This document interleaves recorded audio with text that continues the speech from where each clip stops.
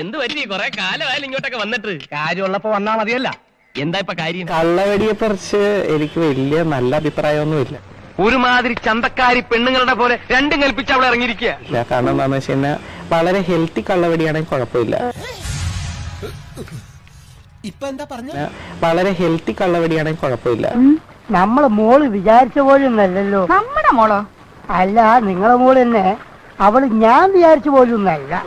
പിന്നെ അതുപോലെ തന്നെ മുമ്പും ഒരു വ്യക്തി, ഒരു ഫ്രണ്ട് എന്നുള്ള രീതി തന്നെയാണ്, പക്ഷെ ആ വ്യക്തി എപ്പോഴും വീഡിയോ കോൾ ചെയ്തുകൊണ്ടിരിക്കുവായിരുന്നു. നീ കൂടുതൽ കഥയൊന്നും ഇറക്കണ്ട, നേരെ കാര്യത്തിലോട്ട് വാ. അതായത് ഞാൻ വർക്കിലാണ്, വീഡിയോ കോൾ ചെയ്തിട്ട് എന്നെ കാണിച്ചു തന്ന പുള്ളിയുടെ വിഗ്രഹം എനിക്ക് കാണിച്ചു തന്നു. ഇല്ലെങ്കിൽ പറയണേ, ഇവിടെ ഇരിപ്പുണ്ട്.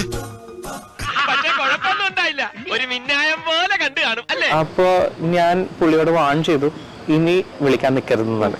വീണ്ടും വിളിച്ചിട്ട് ഇത് കാണിച്ചു തന്നു. ഞാൻ സ്ക്രീൻഷോട്ട് എടുത്തിടും. അയ്യോ, ഇനി ഇപ്പൊ അയ്യോ പത്തൊന്നും വിളിച്ചിട്ട് കാര്യമില്ല. ഇനി നിന്നെ സഹായിക്കാൻ ഈ ഭൂമിയിൽ ഞാനെന്നല്ല ഒരു മനുഷ്യനും സാധ്യമല്ല. അപ്പൊ എന്നെ കുറെ തെറി അയച്ചിട്ട് പറഞ്ഞ് ഇതൊന്നും പോരാ, ഇനി നീ ഇടണം എന്ന് പറഞ്ഞിട്ട് എനിക്കൊരു ഷർട്ട്ലെസ് ഫോട്ടോ അയച്ചു, ഒരു ട്രൗസർ മാത്രം. ഇവനെ ഒന്നും പറഞ്ഞിട്ട് കാര്യമില്ല. തറവാട്ട് മഹിമ എന്ന് പറഞ്ഞ സാധനമുണ്ട്, അതൊന്നും ഇവന്റെ പടിവാളന്റെ 5 അയലോത്ര പോയിട്ട് സ്റ്റാൻഡ് എന്നൊക്കെ പറഞ്ഞിട്ട് കുറെ സംഭവങ്ങളൊക്കെ ഉണ്ടെന്ന്. അതെന്താ സംഭവം? അയ്യോ, പച്ചവെള്ളം ചവച്ചു കുടിക്കണ പഞ്ചപാവം. അങ്ങോട്ട് ഇറങ്ങിയില്ലടേ.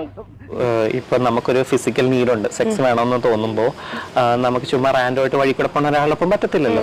ഇവളുടെ അഡ്രസ് തപ്പിപ്പിടിച്ച് വീട്ടിലേക്ക് പോകാമായിരുന്നു. കണ്ടുപിടിക്കുമ്പോ ഭയങ്കര രസമല്ലേ അത്? നല്ല രസമാണ്. ഒന്ന് പോയി കെട്ടിയിട്ട് ചെക്കനോടൊന്ന് കള്ളവടി വെച്ചിട്ട് വരാൻ പറ. അയ്യേ, എന്തൊരു വൃത്തിയുടെ ലാംഗ്വേജ് അത്, കൺട്രിമേൻ.